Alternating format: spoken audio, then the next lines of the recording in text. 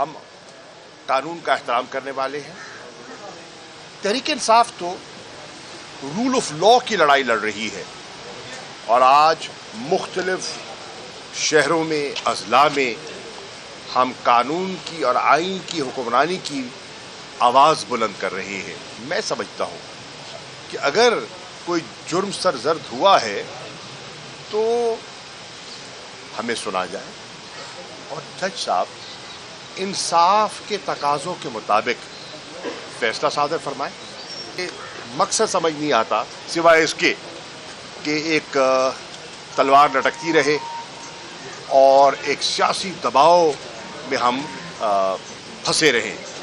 بہرنو آئینی قانونی اور سیاسی جنگ جاری ہے اور مجھے امید ہے کہ عدالتیں انصاف کریں گی. شکریہ. میں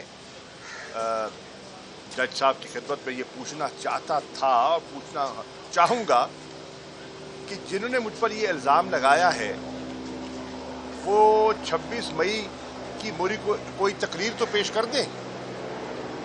اگر ان کے پاس ریکارڈ ہے تو بطور ایویڈنس کوئی تقریر پیش کر دیں جس میں میں نے لوگوں کو مشتعل کیا ہو, لوگوں کو اکسایا ہو. ہرگز ایسا نہیں ہوا. ہم قانون کا احترام کرنے والے ہیں. تحریک انصاف تو رول آف لا کی لڑائی لڑ رہی ہے اور آج مختلف شہروں میں اضلاع میں ہم قانون کی اور آئین کی حکمرانی کی آواز بلند کر رہے ہیں اور قانونی طریقے سے ہم نے اپنے آپ کو پیش کیا. FIR کٹی, پری ایریسٹ بیل کروائی, کی کنفرمیشن کروائی, انویسٹیگیشن میں شامل ہوئے, چالان عدالت کو پیش کر دیا گیا, عدالت کے سامنے حاضر ہیں اور پچھلے 8 ماہ سے یہ کیس لٹک رہے ہیں.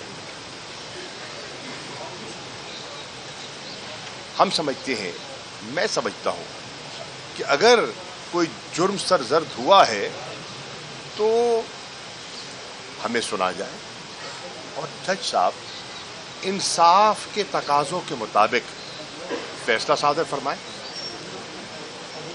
میری توقع ہے کہ جج صاحب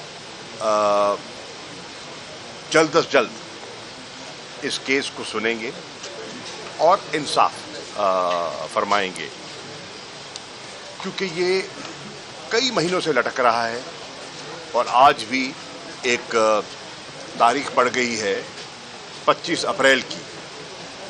تو یہ ان کیسز کو لٹکانے کا مجھے مقصد سمجھ نہیں آتا سوائے اس کے کہ ایک تلوار لٹکتی رہے اور ایک سیاسی دباؤ میں ہم پھنسے رہیں. بہرنو آئینی قانونی اور سیاسی جنگ جاری ہے اور مجھے امید ہے کہ عدالتیں انصاف کریں گی. شکریہ.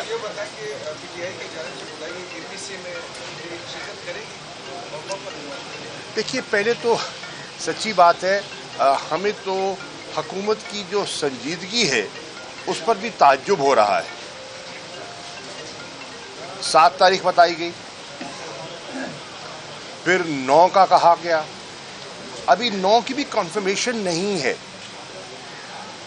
ایک نمبر 2, ہمیں بلایا گیا لیکن الزام پہلے لگا دیا گیا, ملبہ ہم پہ ڈال دیا گیا. تو وہ جو انیبلنگ انوائرمنٹ جو چاہیے ہوتی ہے نا, مجھے وہ دکھائی نہیں دے رہی. تحریک انصاف نے اپنے وقت میں ان معاملات میں پیش رفت ہمارے ہاں ہوئی.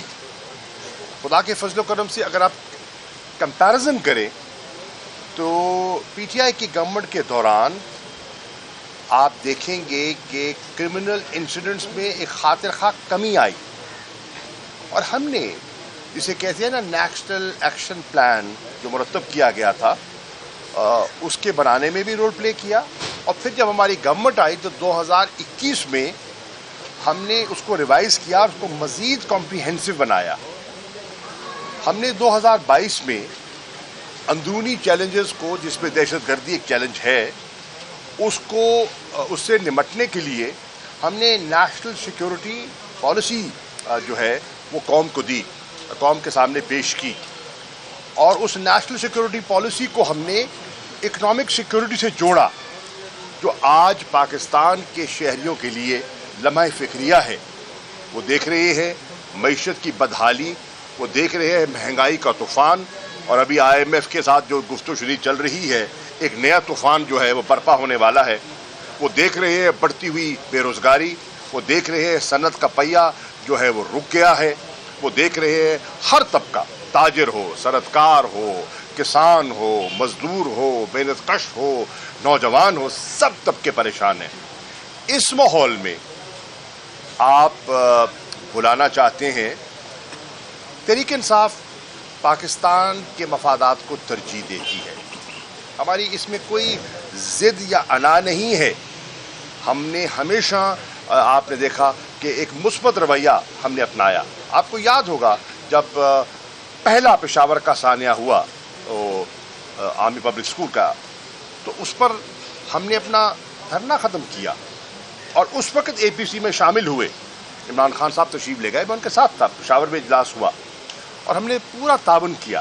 لیکن اس وقت جو ماحول ہے وہ آپ دیکھ رہے ہیں کہ جس قسم کی انتقامی کارروائیاں ہو رہی ہیں، اور جو ملک کے تقاضے ہیں وہ اور ہیں، اور حکومت کے مفادات اور ہیں، جسے میں نے پہلے بھی کہا اور دہرا دیتا ہوں، یہ کہتے کچھ ہے، یہ چاہتے کچھ ہے، یہ دکھاتے ہیں دایاں ہاتھ، چلاتے ہیں بایاں ہاتھ۔ یہ کہتے ہیں نا، ہاتھی کے دانت دکھانے کے اور چبانے کے اور۔